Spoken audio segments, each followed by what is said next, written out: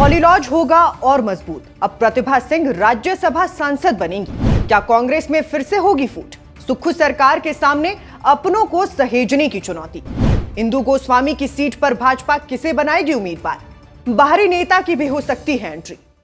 अक्सर राजनीतिक परिचर्चाओं में ये लाइन दोहराई जाती है कि सियासत का ऊंट कब और किस करवट बैठ जाए इस बारे में कुछ कहा नहीं जा सकता। और अब ऐसा ही कुछ हमारे हिमाचल प्रदेश में होता दिखाई दे रहा है। कांग्रेस आला कमान लगातार इस बात का बैलेंस बनाए रखने का प्रयास कर रहा है कि सुक्खू गुट और हॉली लॉज गुट के बीच हिमाचल में संतुलन बना रहे। यानी एक गुट अगर सरकार चला रहा है तो दूसरा गुट संगठन चलाए।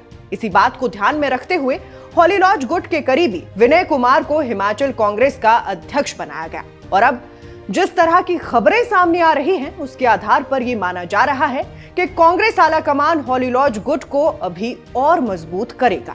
हिमाचल में राज्यसभा चुनावों की डेट नजदीक आ रही है और भाजपा से राज्यसभा की सांसद इंदु गोस्वामी की सीट खाली होने वाली है। यानी अब एक बार फिर हिमाचल सरकार की अग्नि परीक्षा होगी, क्योंकि पिछले राज्यसभा चुनावों में बहुमत होने के बावजूद भी कांग्रेस को मुंह की खानी पड़ी थी। इसलिए उम्मीद है कि इस बार सरकार फूंक फूंक कर कदम बढ़ाएगी और अपनी पिछली गलतियों से कुछ ना कुछ जरूर सीखेगी। क्योंकि अगर हम सही से देखें तो पिछला घाव अभी तक भरा नहीं है। 27 फरवरी 2024 का दिन हिमाचल की राजनीति में एक चेतावनी की तरह दर्ज है, जब सत्ता में होते हुए भी कांग्रेस अपने ही घर में मात खा गई थी। उस दिन विधानसभा के भीतर जो हुआ उसने सिर्फ एक राज्यसभा सीट नहीं छीनी, बल्कि संगठन के भीतर भरोसे की दीवारों में दरार भी डाल दी। कांग्रेस के उम्मीदवार अभिषेक मनु सिंघवी और भाजपा समर्थित हर्ष महाजन दोनों को 34-34 वोट मिले। बहुमत कांग्रेस के पास था, सरकार कांग्रेस की थी, लेकिन नतीजा लॉटरी से निकला और किस्मत ने भाजपा का हाथ थाम लिया। उस दिन उस एक पर्ची ने पूरे प्रदेश में सियासी भूचाल ला दिया था। 6 कांग्रेस विधायक और 3 निर्दलीय विधायक खुलकर भाजपा के साथ खड़े दिखाई दिए। उसके बाद जो हुआ वो किसी राजनीतिक थ्रिलर से कम नहीं था। स्पीकर कुलदीप सिंह पठानिया ने दल बदल करने वाले विधायकों को अयोग्य घोषित किया। उपचुनाव हुए, कांग्रेस ने दोबारा 40 का आंकड़ा छुआ और सरकार बच गई। मगर एक बात तो साफ हो गई, बहुमत होना और बहुमत संभाल पाना ये 2 अलग अलग लड़ाइयां हैं। और अब वही परीक्षा की घड़ी एक बार फिर कांग्रेस सरकार के सामने खड़ी है।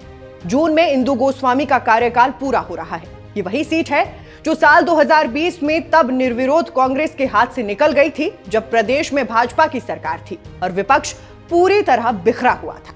कांगड़ा जिले से ताल्लुक रखने वाली इंदु गोस्वामी का राज्यसभा पहुंचना सिर्फ भाजपा के लिए नहीं, बल्कि कांगड़ा के राजनीतिक संतुलन के लिए भी एक बड़ा संदेश था।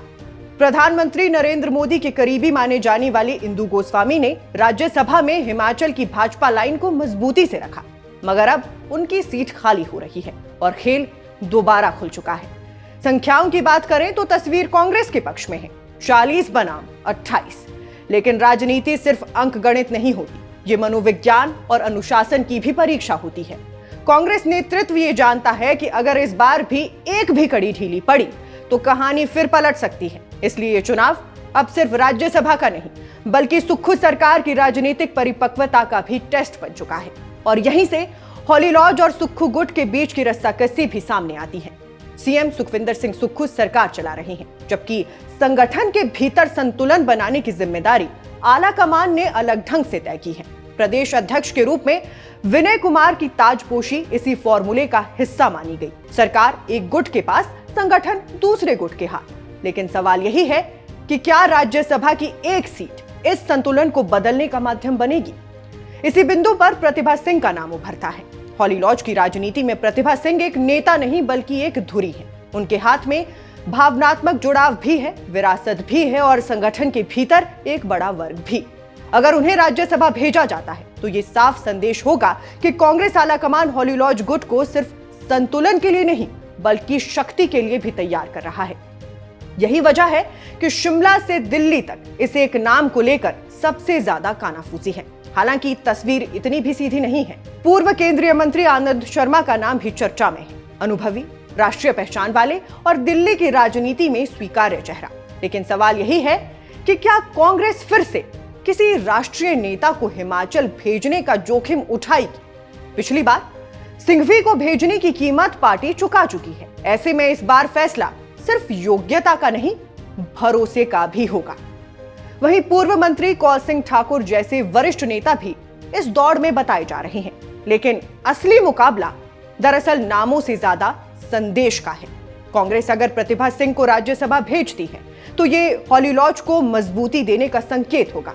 अगर कोई और राष्ट्रीय चेहरा आता है तो ये माना जाएगा कि आलाकमान अभी भी प्रदेश के अंदरूनी समीकरणों पर पूरा भरोसा नहीं कर पा रहा। उधर भाजपा भी हाथ पर हाथ रखकर नहीं बैठी है। इंदु गोस्वामी की सीट सिर्फ एक सीट नहीं है, ये भाजपा के लिए ये साबित करने का मौका है कि 2024 का खेल कोई संयोग नहीं था। चर्चा है कि भाजपा इस बार भी ऐसा उम्मीदवार उतार सकती है जो कांग्रेस के भीतर असहजता पैदा करे। हिमाचल मूल का चेहरा या फिर कोई बाहरी लेकिन रणनीतिक नाम, इसलिए दोनों विकल्प अभी भी खुले हैं। भाजपा की कोशिश होगी कि कांग्रेस के पुराने जख्म फिर से कुरेदे जाएं। बाकी असल लड़ाई तो पर्दे के पीछे ही है। विधायकों की गिनती नहीं बल्कि उनकी नब्ज टटोलने की। किस विधायक की नाराजगी कहां तक है, कौन किससे असंतुष्ट है और कौन सिर्फ सही वक्त का इंतजार कर रहा है, यही इस चुनाव का असली खेल होगा। यही वजह है कि इस बार कांग्रेस नेतृत्व हर विधायक पर सीधे नजर रखने की तैयारी में है। बाकी राज्यसभा का ये चुनाव हिमाचल में सिर्फ एक संवैधानिक प्रक्रिया नहीं रहने वाला है, क्योंकि ये तय करेगा कि कांग्रेस 2024 की चोट से वाकई उबरी है या नहीं। ये बताएगा कि सुक्खू सरकार सिर्फ प्रशासन चला रही है या सियासत भी साथ पा रही है, और ये भी कि हॉली लॉज और शिमला के बीच बना संतुलन स्थायी है या फिर एक अस्थायी समझौता। तो अब सियासत का ऊंट किस करवट बैठेगा ये तो आने वाले महीनों में तय होगा, लेकिन इतना साफ है कि इस बार राज्यसभा की एक सीट हिमाचल की राजनीति का भविष्य लिखने जा रही है। और हर चाल, हर नाम, हर वोट अब सिर्फ वोट नहीं बल्कि एक संदेश होगा। खैर, इस पूरे विषय पर आप दर्शकों का क्या कहना है ये हमें कमेंट बॉक्स में जरूर बताइएगा। अभी फिलहाल के लिए इस रिपोर्ट में बस इतना ही। नमस्कार।